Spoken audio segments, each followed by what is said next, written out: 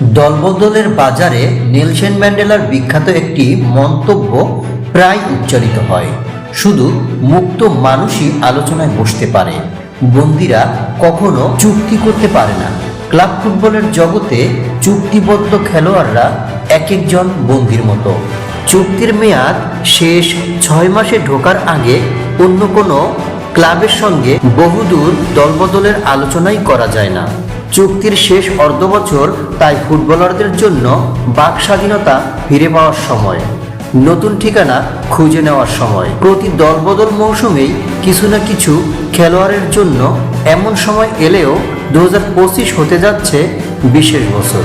এ বছরই চুক্তির মেয়াদ শেষ হচ্ছে এক গাদা নামী ফুটবলারের।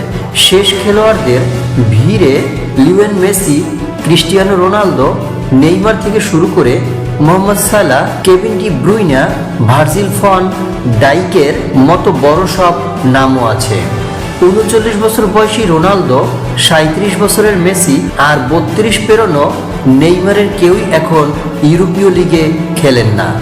সম্ভাব্য পরবর্তী ক্লাবের নাম হিসেবে শীর্ষ 5 লিগের আলোচনাও জোরালো নয়, তবু নামগুলো রোনালদো, মেসি, নেইমার বলেই কৌতূহল অনেকের।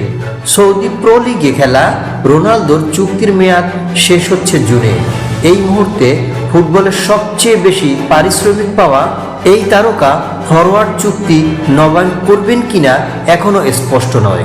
গত মাসে দুবাইয়ে গ্লোব সকার অ্যাওয়ার্ডে ভবিষ্যৎ প্রশ্নে 5 বারের ব্যালন ডি অর জয়ী শুধু বলেছেন আগামীতে যে কোনো কিছুই ঘটতে পারে।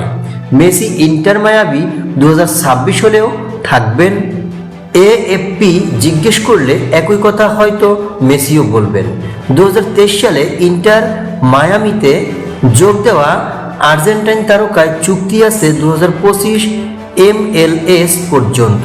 যুক্তরাষ্ট্রের লিগটি ইউরোপ বা সৌদি আরবের মতো জুলাই জুন চক্রে চলে না, ফেব্রুয়ারিতে শুরু হয়ে নভেম্বরে শেষ হয়। মেসির চুক্তিও এই পর্যন্তই। 2022 বিশ্বকাপের পর থেকে মনের আনন্দে খেলে যাচ্ছি বলে চলা মেসি 2026-এও মায়ামিতে আনন্দের খোঁজে থাকবেন কিনা আপাতত তা অজানা।